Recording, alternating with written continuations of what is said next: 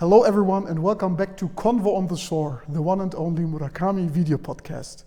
Today I'm sitting here with my dear friend Paul. Thanks for having me. Thank you for having me. It is the first time we are meeting today. True.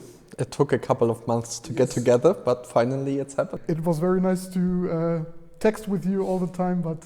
Sure, it was a big coincidence that we found each other. Over, I think it was one of your first YouTube videos you put out. Yeah. Found it because I think my YouTube algorithm just shows me only Murakami stuff in the feed, and I think I woke up one morning, saw your video, I said, cool, finally. So sometimes the algorithm does a very good turn into Yes, it brought us together. Yes, so and that's good for YouTube, good for that. So thank you, YouTube. Yes, thanks. So for those who don't know who Paul is the creator of very amazing Murakami wall arts. We have shown them in the footage before. So please tell us a little bit about your works.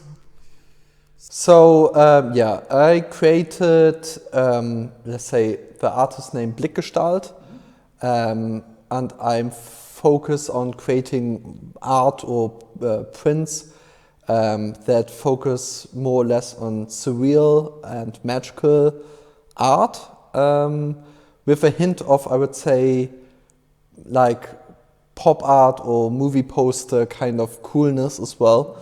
And of course, while getting inspired by different magical realism stories, I came across Murakami, who became one of the biggest inspirations for me as well in creating my art. And he inspired me to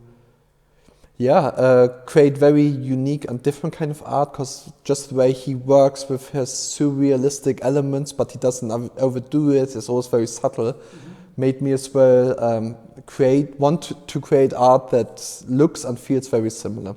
Okay.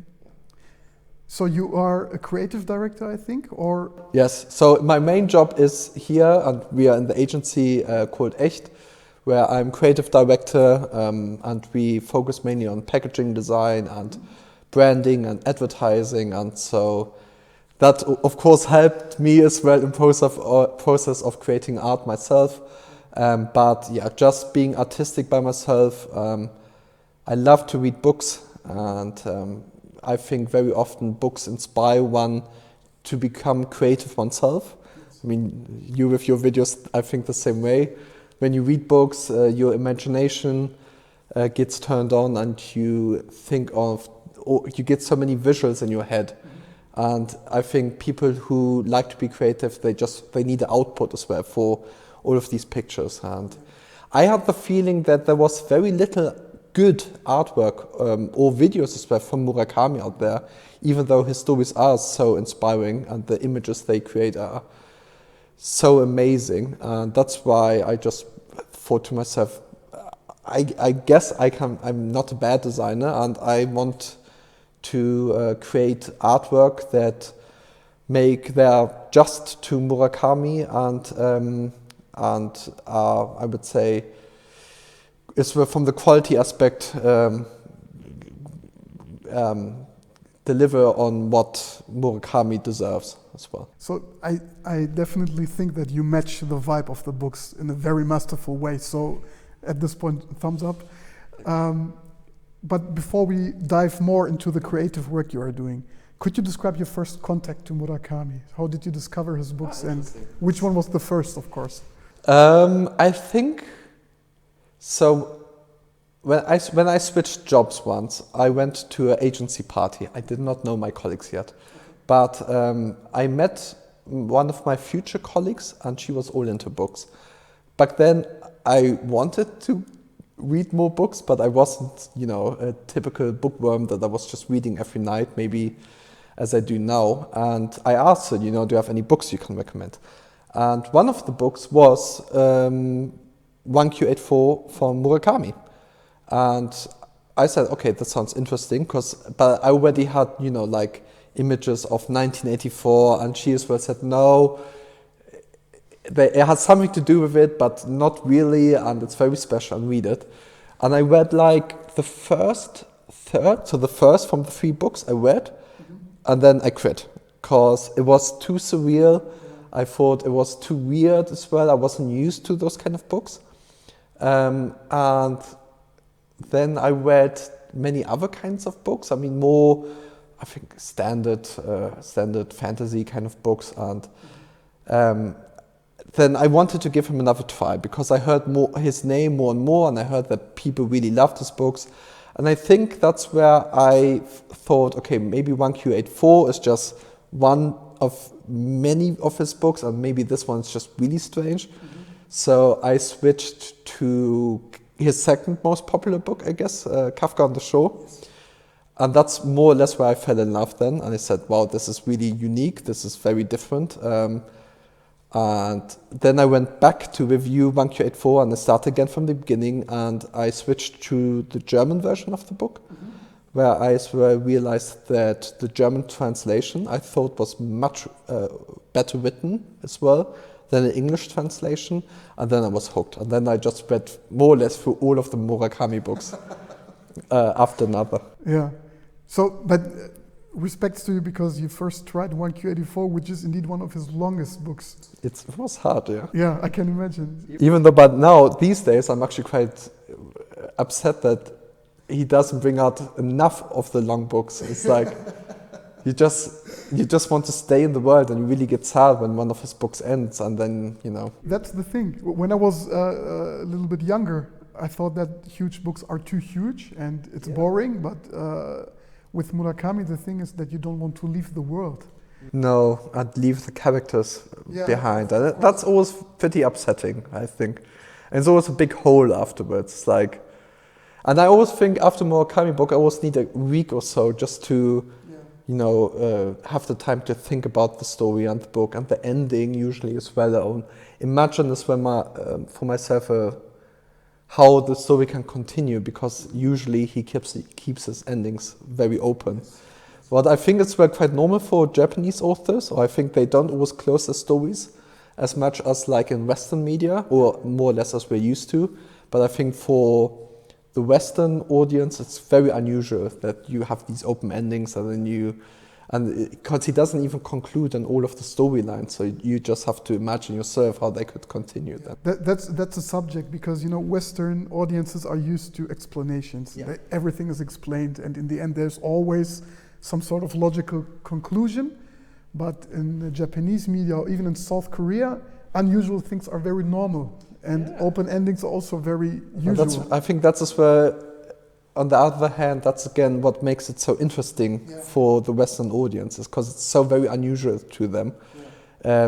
Because I think we're used to the way Western media tells stories. We're just used to it.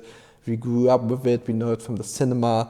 And then you've got like Murakami author, and you just realize, wow, there's a completely different kind of world. Where you can as well tell stories in a very different kind of way. I think that's really refreshing for Western audiences who just really want to read something completely unique and different. Yes, that's the thing. And if we are already talking about 1Q84 and Kafka on the Shore, at first, name me your favorite character from 1Q84. 1Q84. I liked Tango.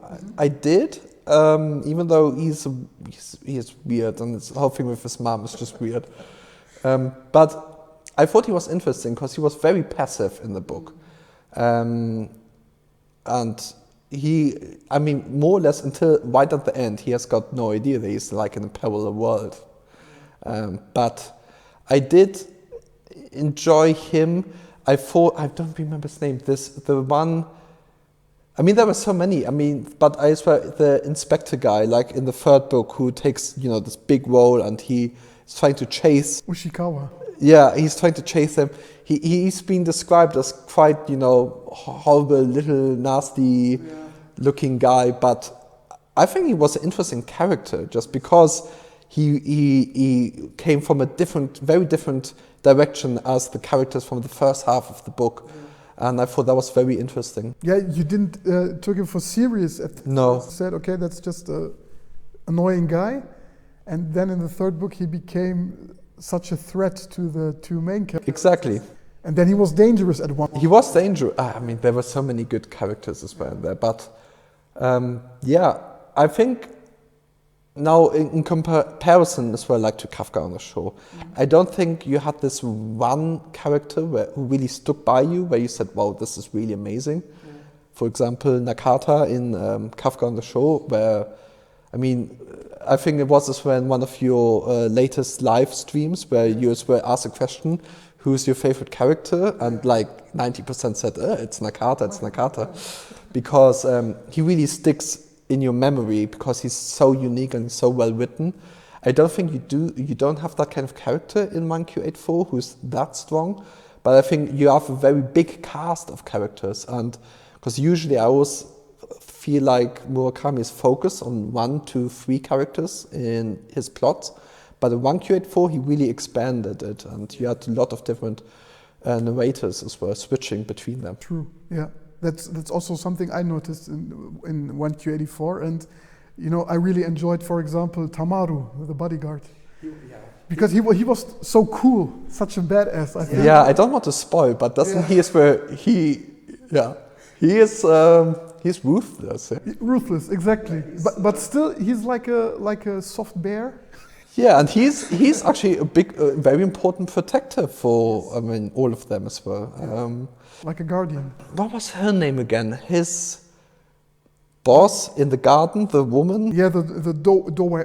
Yeah, she was as well interesting. Yeah. I mean, you had so many, the cast was so big and you had so many interesting characters as well. Yeah. So it's actually quite hard to pick one in particular out. Who was it for you? Was it? In 1Q84? Yeah. Tamaru, definitely. Yeah, because I don't know, he reminded me of a person I really know from my family. He's also of big size, but one of the, let's say, you should stay close to him. Yeah, I am. I can't live without him. So I would feel safe with that kind of guy around me. Yeah, so he looks dangerous at first, but the longer you talk to him, the more lovely he gets. So he's like a soft uncle. That's good. Yeah, no, but that's true. Yeah. Okay, so we got the 2 most famous books, Kafka on the Shore, 1Q84. But is there another book that you really would put in your, let's say, top 3? Definitely. By far my favorite, but I think I'm very unique in my taste, but will be Dance, Dance, Dance. Dance, Dance, Dance. Yes, it's one of his more earlier books, but I think the plot is very easy for Western audiences because it's got a very close ending, but still open enough to keep you questioning as well. But I really like the pace of the book as well. I like it's faster paced. You've got amazing characters in there. Some of them you as well realize he used in other books again, more or less. Like, I don't quite remember her name, but you've got in Dance and Dance this little girl sidekick. Yeah. And from the character, she's very, very similar to the Wind-Up Bird Chronicle, the girl that's becomes the sidekick as well of the narrator.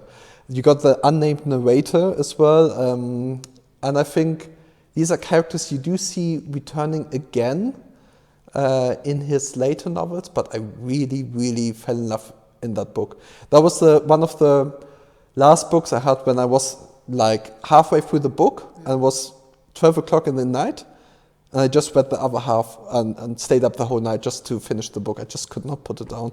Okay, that's a statement for the book. Definitely. So I always wondering why it isn't mentioned more when people ask them about their favorite Murakamis. I think because it's a part of a trilogy, as well. I think the first 2 books weren't that exciting as Dance and Dance, so that's why maybe it's always left out. But I think that's they've got so many creepy scenes as well in that book.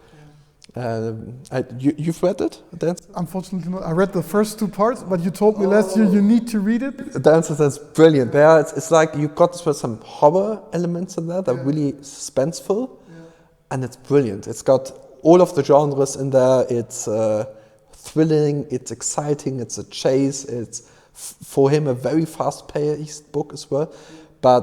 And the characters, they travel from Japan to Hawaii to all around the world, and it's really exciting. It's a very, very thrilling book with a very interesting twists as well.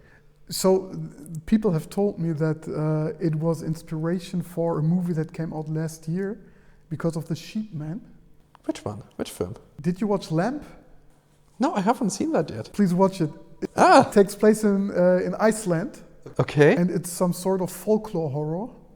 Okay. Because there's a couple living very remotely on a farm. Yeah. And they are raising a creature, half human, half lamb. God, that sounds creepy. Yeah, it is. Okay. Cool movie. Sheep Man. Yeah. Interesting characters for. No, okay. I guess that's the point that made you love this book as well, because it is one of the most famous characters, I think. Yeah, he gets used a lot of merchandise from Murakami, because it's again very similar to Nakata. It's a character you don't forget. But no, brilliant story. I mean, that really got me hooked. I think that was the first book I read after the two famous ones, but that was the one for me. It was like, okay, if this is by far my favorite one, it's brilliant. Nothing I've read ever since gave me the same feeling as Dance. Very cool. We also need to talk about one thing, because I think it is a sign that we meet today, because just today it has been announced that a new novel is coming out. I saw it in your feed. Follow him on Instagram and YouTube, because then you always get informed about latest news surrounding Murakami. Sometimes, if work is not getting too busy, but please also follow Paul. Yeah, no, I woke up this morning and I was on your feed. Was again thanks to Instagram and YouTube. You were on first place, and I read Murakami's bring out a new novel, and I guess it's going to be a long story again. 1,200 pages. Transcript. So they don't know how many pages it's going to be, but.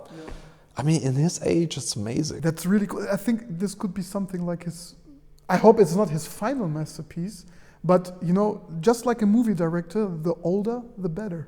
I think he is getting pretty good in his... Because I don't think he cares so much anymore. He does his thing, and he's really good at it, and he doesn't seem to be...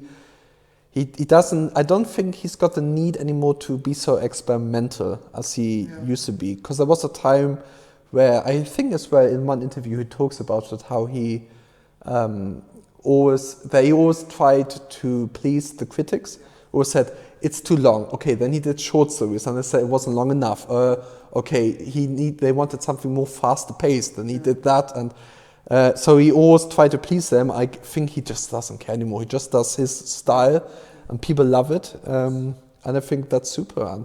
But I have got a feeling like first person singular is like, it only came out like 2 or 3 years ago. It doesn't seem that long. In Germany, 2021, 2 years now, yeah.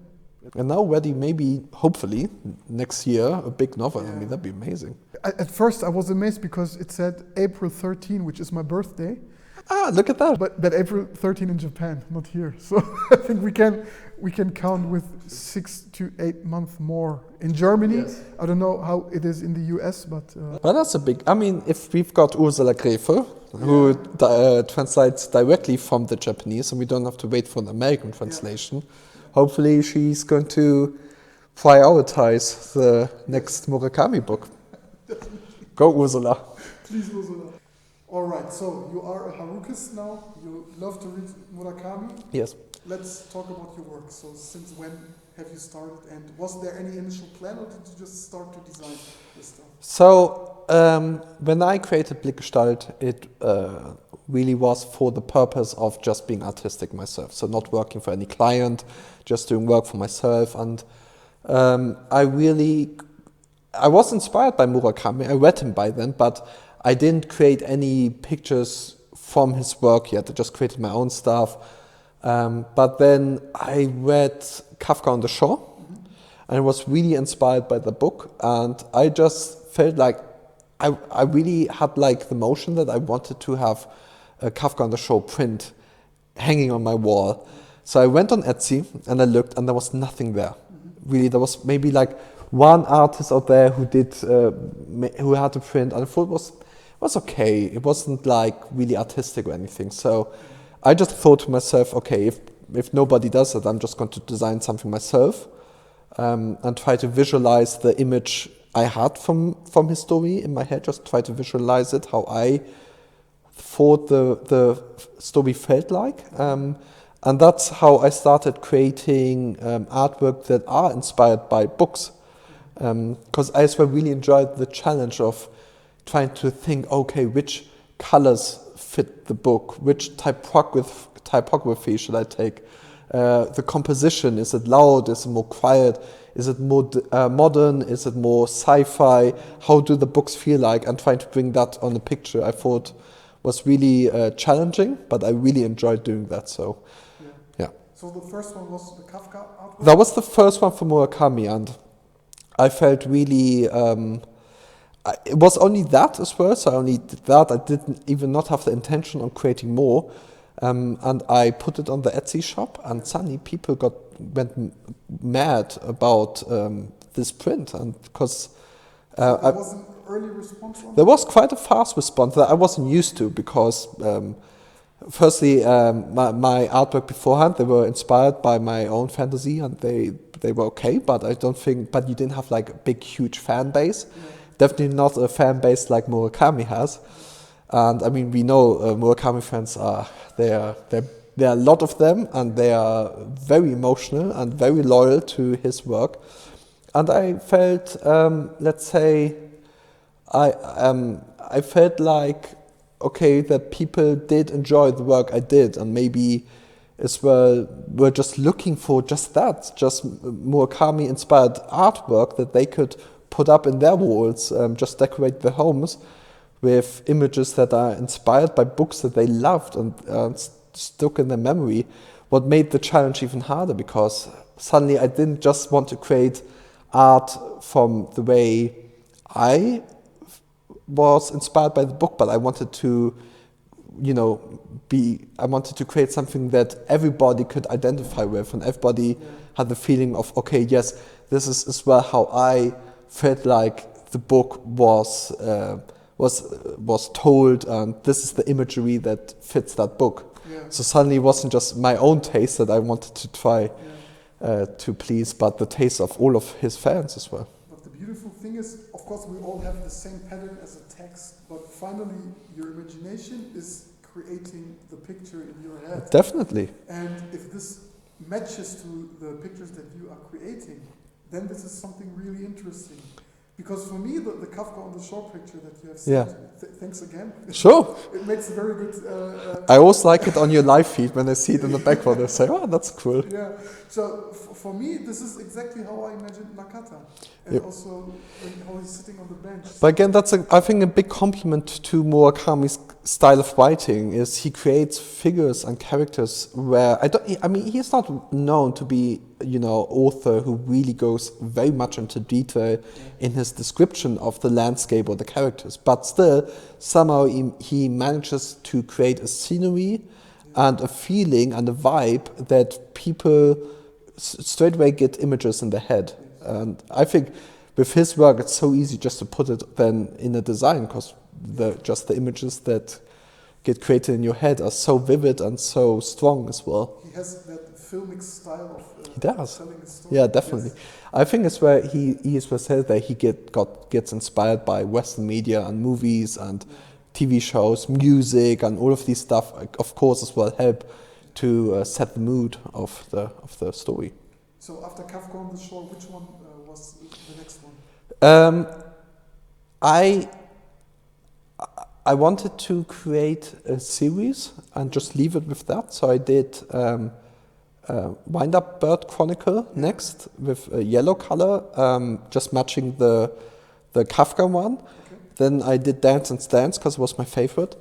And then I paused it until I went back again and I thought about the book 1Q84, and I really wanted to create a very fantastical kind of print with a lot of symbolism in there, a lot of little hidden details, but as well something a bit more melancholic as well, a bit more dreamlike. That was the hardest task so far, because I really wanted, and then I created this very unique print, very individual, just inspired by that one book. What again people enjoyed, and that's where inspired me just to continue and create more.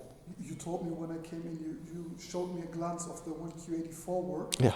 And you said that this was quite tough to find a matching model for Aomame. Definitely. Because of course, I mean, I'm not a photographer and it's not easy. So I am bound by, let's say, the stock video and image platforms out there, because I have to buy the license. And it's not easy to find exactly a character that suits, that looks more or less like the character, but as well has got the perfect expression and that fits into the rest of the composition of the whole print. So I would sort of say, while designing, like looking for the real images takes like half of the time of the whole process as well. I think with your videos it must be similar, just looking for the perfect footage, for the perfect scenery, and just finding the right footage. It's so time-consuming. But when you find it, isn't it a pleasing feeling when you find that this is perfect? Yeah, it's just like finally getting the food you have been waiting for. Exactly. The whole day. It's a sensation. It's a good feeling. And you get a master in typing in keywords and just changing the keywords slightly, and then you get completely different results. Yeah. That's always a very good feeling. And then they all come together, and that's a great feeling then. When you got this finished print and you know this is it. It can't look any different. This is perfect. And it's very hard for us as a designer to just let it go, not do any more adjustments. Just let it be as it is. Because you know, whatever you do, you would just make it worse. Just leave it as it is. Just leave it as it is, and that will be perfect then. Yeah. Can you also tell something about Hardboiled Wonderland? Because I think this looks like a real movie poster. Yeah, so, I mean, people often, when they talk about Hardboiled Wonderland, they often explain it as the very first and only sci-fi book of Murakami. Yeah. So, of course, I wanted to create a print that as well has a little bit more sci-fi feeling to it. And I don't think it's a spoiler if I say that it plays in two different worlds, more or less, parallel to each other. And of course, I wanted to capture that as well in the imagery. That's why you've got two settings, but they are bound as well together. And of course, the whole typography had to be a bit more bold, a bit more modern to as well establish this very futuristic look into it as well. Yeah. These are the little details that I really love about your pictures, because you say, I have a different typography here because of this and that. And yeah, sure. And words, and it really looks vintage in a way, like an 80s movie, but still very modern sci-fi touch. Sure, because I think that's very important as well, that you, or let's say in design, it's always nice if you bring together two worlds. So, like when I read that book, I did not feel like it was a super science fiction, very clean modern world. It was more like, I don't know, like a series like Maniac on Netflix or other kind of series that got this vintage futuristic vibe. And that's what I felt reading his book, as well, because of the names of the different technologies in that world. The names were very retro inspired. Yeah. So that's as well the feeling that I wanted to bring into that print and not make it. Like Calcutech, which sounds like a vintage calculator. It does. It is a very, very futuristic person. Definitely. And I thought that kind of, I would say, 80s, 90s inspired futuristic feel I wanted to bring into the print as well then. Yeah. But with then again, very modern composition, so that it still feels like a modern print that fits in all of our homes. And that's as well a tricky thing with the colors, because choosing a color that fits the story, but as well it's going to fit into different kinds of interiors in our homes, that's very challenging also. Yeah, I can imagine, I mean, that's why I can't take like a really bright orange, because I think that would look maybe too loud in some homes. So you as well look for something that matches or fits into many different interiors. You also have the challenge to find something matching to the white color of the winter landscape, right? Definitely, and as well, like you've got the winter landscape, just as well to keep this mysticism as well. So I think it's where the clash between the technology, like for example the car, but combine that as well with this very foggy mysticism kind of landscape of this parallel fantasy world as well. I think was very important as well to bring in a different kind of contrast. Yeah. And of course it helps just showing trees, even though in black and white, but bringing in the green color as well brings it as well, like you got the analogy then between the trees and the green color, okay, nature and forest and all of those stuff. Okay. So now we got the challenge, because the audience can decide which one of your pictures to take, because all of them are beautiful. So in best case, everyone will take every picture that you have. But which one is the most famous one? So I think, that's difficult. Of course, I think it's still Kafka on the show, because it was the first one I brought out. Yeah. So I think I had most sales with that.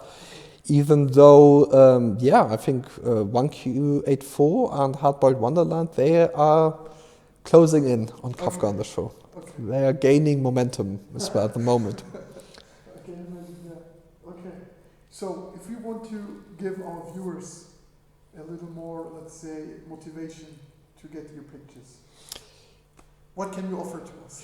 So, I already mentioned it, or when we talk together, I love your community. I have a lot of laughs when you've got your live stream as well, and they all are really cool people. So I wanted to offer your whole viewership a 10% discount on the next purchase.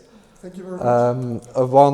With this link, if you type in this link on the checkout from my Etsy store, then you will receive a 10% discount. And I think we can do it for the rest of the year, definitely. Thank you very much. Sure. So everyone, please make sure to click the link in the description box, and don't forget to use the WooShare code so you get these amazing pictures right here on the wall. What I would as well love is when you receive them, post pictures of them hanging in your walls on Instagram and tag me, because that's something I feel like a lot of my buyers are very relaxed or very shy when it comes to showing off the artwork. But it helps a lot as well to, when you writing reviews on Etsy helps a lot.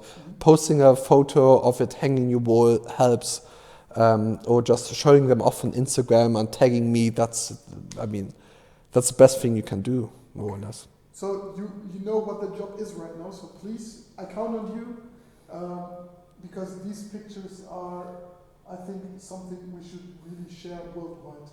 Every Harukist should have something on the wall.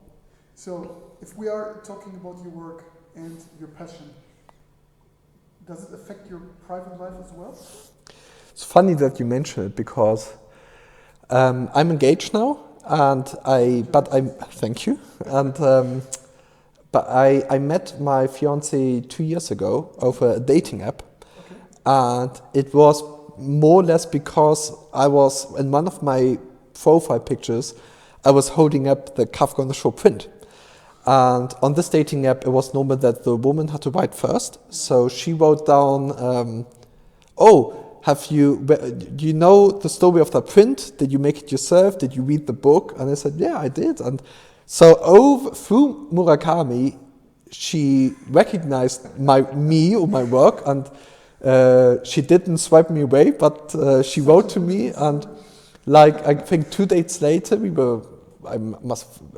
for 2 hours, we were just discussing and talking about Murakami. So that's a passion that we share, and I'm very thankful to Murakami that I was able to meet her through his work.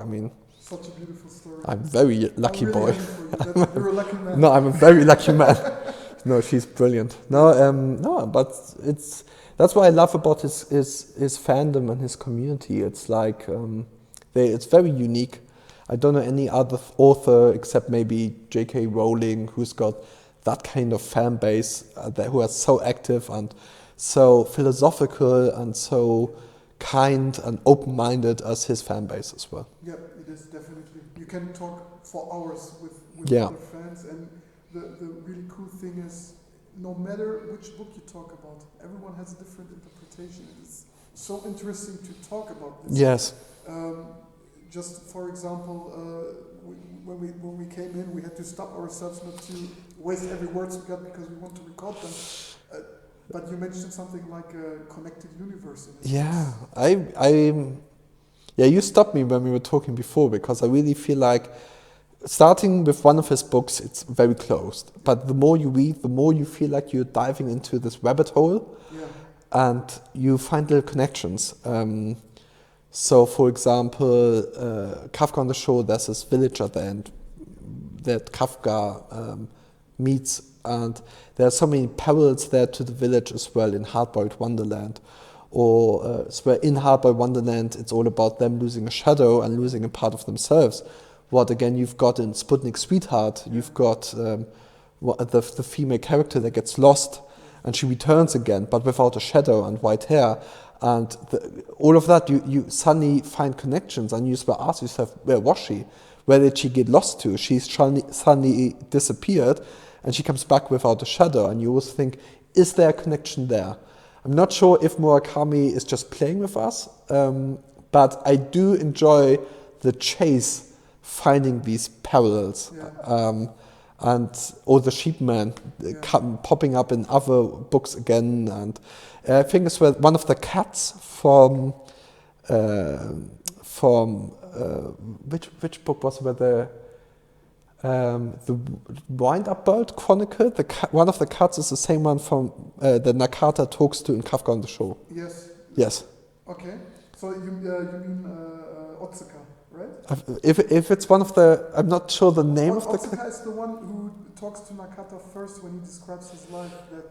I think there's this one scene when Nakata talks to 3 cats at the same time, or 2 cats, a female one, and one of the cats is the cat that the guy in the Wind-Up Bird Chronicle is looking for at the beginning of the book. The missing cat, exactly. Yeah.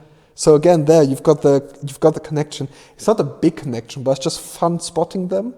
Yeah. And the whole idea with losing a shadow, the hair turning white, losing a part of yourself, I am just really mesmerized of that, because it's got this very creepy element, and it does appear in different novels again, and I just love imagining his world somehow being connected in some way, because I mean it would just match it so well, but I think we will never find out if he really meant to create a true connection, or if he's just toying with us. And have you discovered any little loopholes or parallels between his stories? So the first thing is also with the spirits and the souls. This is something that you can find in many books, what I also think. But there's also a character, a reoccurring character, just like your cat. It's Ushikawa. The villain from 1Q84. Yeah. He's also a part of the Wind-Up Bird Chronicle. I can't remember that. Yeah. Fascinating. What does he do in that book again? So in 1Q84, he is the one who is annoying Tango so much, because he's some sort of a paid man from the sect. Yes, this nasty looking private detective. Yes, right? who gets hired by the Sagikake cult. Yeah. And he's the major part of the 3rd book of 1Q84. So he's the one who is investigating. What does he do in Wind-Up Bird? So that's the thing, I didn't read it. So that's the big shame on me, because. But okay, so as soon as you've read the book, you have to tell us then. That's the next one. So I will start next week. You could do a whole YouTube video just about the different parallels between his books, and where you can find them and how they are linked together. Actually, that's on my schedule. Is it? Yeah. That'd be a brilliant story, because there are not many really good YouTube videos out there. Not only when it comes from you got all of these book reviews, like the influencers who talk about the latest book and how they think it is, but really truly inspired ones where they as well try to capture the essence and the feeling of the story. You do perfectly. Thank you. But as well from the content going deeper and showing the visuals of it. So I think that's as well an art for itself, and it's something I enjoy watching more.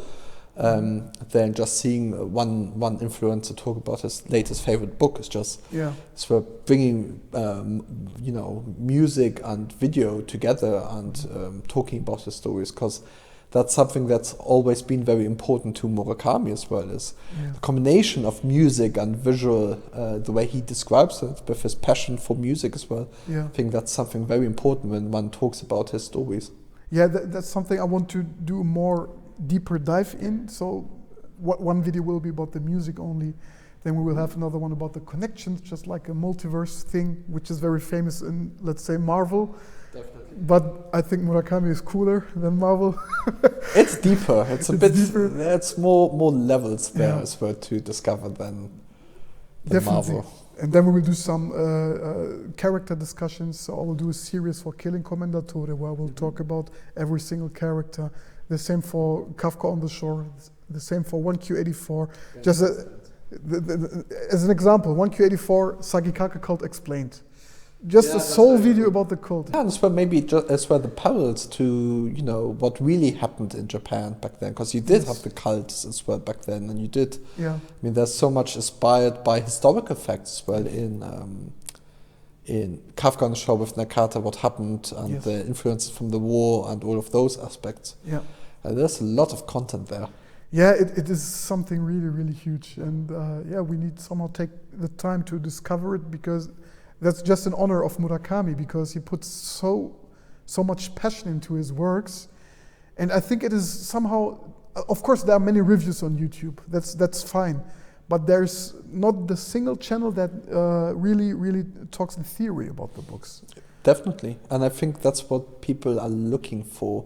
Yeah. I think that's what makes these Murakami fans so passionate, is they read the books and they want to talk about the books. They want to really dive in deep. Share theories. Exactly, and I think that's a brilliant way to create a platform as well with the live streams. Just, having discussions and talking with other fans and about their interpretations as well. I think that's what makes his books very special and unique. Yeah, definitely. So many things to talk about, to discover, and also it brings people together. I mean, we're sitting here right now just because of him. Yeah. And I've met so many people online as well, and you did as well. You have told me that you got a lot of feedbacks from buyers of your... Yeah, thank you. All writing me, giving me suggestions of other authors I should read who are similar to Murakami, or who are just, they want to see prints of, made from, but... great fans. I mean, very intellectual, very thought-provoking, very philosophical people, just, who are looking for something different as well. Yeah. And we were talking about this before, who are not scared from isolation, who like to wind down, to just, like as Murakami always explains, just brew a coffee, put on a LP on a vinyl, just sit down under a blanket and just read, and just being alone for hours on end, but enjoying doing that as well. He makes things look so easy. He does. He is the only one who really makes being isolated sound like something really blissful to have. I don't know any other author who's managed that so far. You just told me that when your fiancée read Killing Commendatore, she just wanted to do the same thing. Yeah, she was reading a book and said, I just want to leave society now. I just want to go up to the mountains, so just in a cabin in the woods, just read my book and drink some tea and just read good music, and that's it. Yeah, I got the same. I got the same issue. It was exactly the same time when I quit the job that really stressed me. So that's the thing. Yeah, maybe it's because, life is always so fast-paced and everything's happening so fast, and there's so many issues in the world as well at the moment, that with Murakami, it's like, it's a nice way of escaping the hustle of the everyday life and one's job as well, and just, calming down and just enjoying the moment and the inner peace as well. Did he have any effect on your taste of music? I did like jazz beforehand, but the problem is with, in my mind, I don't hear jazz when I read Murakami. Mm-hmm. For me, it's much more much more orchestra music, much more melancholic as well. Yeah. And it's not, maybe After Dark, I would say, is the very jazzy kind of story, dance as well. It's got very, a lot of, because it's a bit faster paced at books as well. But for example, with 1Q84, in my mind, I'm not hearing jazz. I'm hearing, slow music on the piano maybe, or something on a cello, or something a bit more slower paced. Yeah, got it. As well. How's it for you? A little bit, yes. I had always a mixed taste. I love to listen to 70s soul and funk a lot, also to black music, R&B, hip hop, also orchestral music. But the real jazz thing really came with him, actually, to be honest. And Chet Baker, for example. Yeah. I love to listen to it, but I need to have the mood. So I love to listen to it if I have a night drive, for example. Oh, but that's always good. Yeah, just a personal thing. When my fiancée just moved in now, but when we are not living together, we were around 50 kilometers apart. Yeah. And every time I came back home, it was at the night on the highway, and then I listened to night jazz. But that's a beautiful thing, driving a car and listening to music during the night. Empty streets. Yeah, very good mood. Isn't there as well the scene in Kafka on the Shore where he drives to this hut with the colleague? Yes. And he's showing him the classic music, and it's during nighttime. Yeah. That's as well a scene one doesn't forget so easily. That's a very magical scene as well. That's something that brought me, to have this night jazz vibes. I didn't have this before. Yeah, no, but it's great the appreciation he shows to music as well, because I always think media you've got. I always think, the best way to read a book is listening to music on the side, and I think that's as well realized by Murakami, and he as well puts a lot of effort in describing the mood through the music he as well mentions in his stories. Definitely.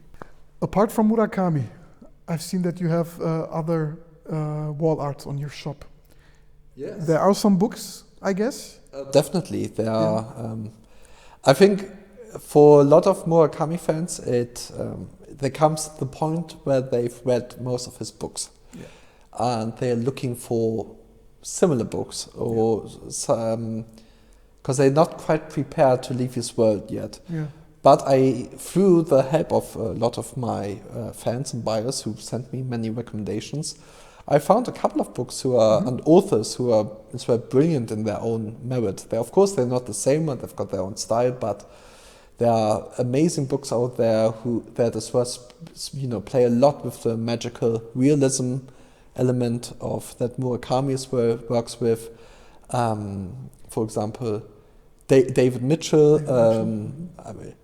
Of course, Number 9 Dreaming could have been as well a book from Murakami, but if you as well dive in deeper to his other books, he's got as well a connected story between all of them. Yeah. And it's amazing. If you start diving there deeper, that's brilliant. I've read now 7 Moons of Mali something. He won the Booker Prize. Okay. Maybe you can just show an image on the screen now. Sure. Brilliant. That's one of the best books I've read in recent years. Okay. It's got so many fantastical elements. It plays in Sri Lanka during the Civil War, but it's like it's actually it's about the main character who's died, and he's like in limbo, and he doesn't remember how he died. And so he wakes up in this like limbo place, and he wants to find out how he died. And all plays during the Civil War, and it's brilliant. It's a very unique story again. Now you've raised my attention. It's brilliant. That's very vivid. So that would be one of the first books I would recommend everybody to read now. Yeah, the 2 elements that you have mentioned. First, the story of Sri Lanka, which is very, very moving. It is. I know one of my mom's friend is from Sri Lanka. She moved to Germany around 30 years ago, I think, and she used to tell a lot about the history of the country. Very punished country. Yes, very hard. It is. And now you bring up the thing with the limbo. Oh, it's a really good story. Because very similar as well, I would say, like to Murakami, it's got this fantastical elements again, but it's always founded in a very realistic setting. Yeah. So and the characters are just really weird again. But very vivid, great pacing as well. Again, a lot about music and a lot of influences. It's just a brilliant book. So I would recommend anybody to read that. That was. So that's coming on the list, definitely. God, I should make a print of that. That'd be sure. This year, I'd have to get creative again. And if we're talking about getting creative again, is there anything on the Murakami schedule that you are planning to do? Yes. I after dark I have to do. Yeah, cool. But it should as well be a bit darker and the whole setting and the whole vibe, and that's definitely on the list. Can't wait. And then of course he's got all of his short stories as well, that are all brilliant in their own merit. So but I think After Dark is just because it's again very unique. It's got a very own feeling to it, and there are some really weird elements in there. That's again another connection. Huh? After Dark with Killing Commendatore, The Faceless Man. Yes, of course. Yeah. You bring up a very good point. The Faceless Man. Yes, true. Yeah, he is in both books. Yes. And always sitting in front of a bed. Yes. Mm-hmm. Okay, my mind is now just. It's what's up with The Faceless Man? It's like yeah. Oh, there are great moments in After Dark where they created a lot of images in one's head. Yeah. All of city lights. Yeah, exactly. I mean, it has to be a very urban feel to it. It has to have this nighttime city landscape feel to it. Yeah. Loud colors, somehow it's a bit jazzy, a bit of red in there, and it needs. It really feels like you're spending the night in Tokyo with them, because it is told from the we perspective. That's a very interesting thing. That's true. And again, something I think with Murakami, I think the older the better, because he has changed his narration style, and this book has a very different narration than the other books. Yeah. It is told very differently. That's just like a movie script. Yeah, he does like to play with his narration style. Yeah. Because I'm looking forward to on our honeymoon in autumn. We are going for 3 weeks to Japan. Really? Yeah. So a dream comes true, and maybe that's during that time I'm going to create After Dark. Then just get inspired from Tokyo. I think this is the best inspiration during the night while eating ramen and drinking sake, and then just become creative. Waiting for many selfies from you. I am really looking forward to that, and as well looking for the playground from 1Q84. I want to go there because do it. Apparently it exists, and I want to go exploring. Also, Shinjuku is something you need to visit, I think. Yeah, there are a lot of places that need visiting as well. Maybe you have the time to visit the library at the Waseda University, which is his own library. Good idea. Yeah, no, I have to make like a little tour guide, a city map or a country map just of the different Murakami locations. Yeah. There is a blog, I looked it up once, there is actually a blog. The Murakami pilgrimage?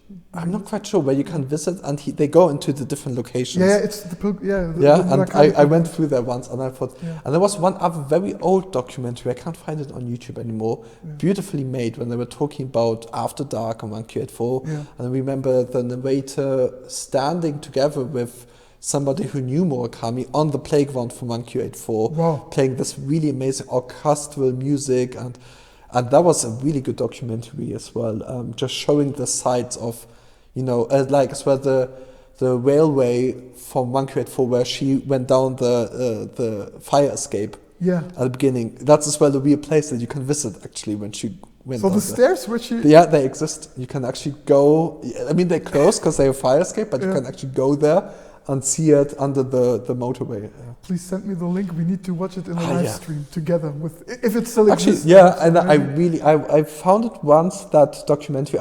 That's been as well before yours. Yeah. One of the best documentaries I found. It seems a bit outdated. It seemed like, came out in a, like during the millennium, but but it was really good. And maybe you'll find it again. I'm going to look later on YouTube again. Then you can post the link. It's really good. And I think that'd be a nice thing to watch together in a live stream. Sure. Would love to do so. I have to find it again. That was a good thing. All right. thank you very much. Thanks again. We had a great time together. And, Follow him, follow me. Follow back. And yeah, don't forget with the code you can. Definitely. And otherwise, I am looking forward to seeing and writing with everybody again in one of your next live chats. Yeah, definitely. We'll put an announcement. Super. I think we can do it again on a Thursday or Friday night, maybe. Yes, please. We need to find a time zone where everyone has time, because it's not always easy. Yeah, it's not always easy, but I think we can switch with the time. So fascinating people. Yeah, of course. So if you have enjoyed the video, please just leave your like, maybe a comment. Also, feel free to contact Paul and send us your selfies with the wall arts. Would be very nice to see that. Best thing you can do to support support Blickgestalt. Yeah, definitely support Blickgestalt. Nothing else to add. No. Hope we can meet each other Yes. again, maybe in October on the book fair. Yeah, definitely. I mean, cool. Anybody who's interested, maybe you can make a little meet and greet on the book fair. Why not? We can try. Yeah, like a little circle of the Murakami fans coming together, meeting each other. Very cool. Yeah, because these discussions are fun. Yes, can spend the whole night talking like this. All right, thank you again. Thanks. And thank you for watching. Sit back, relax, enjoy yourself, and never stop reading. See you soon. Bye-bye. Bye. Yeah, perfect. Schön, Mann.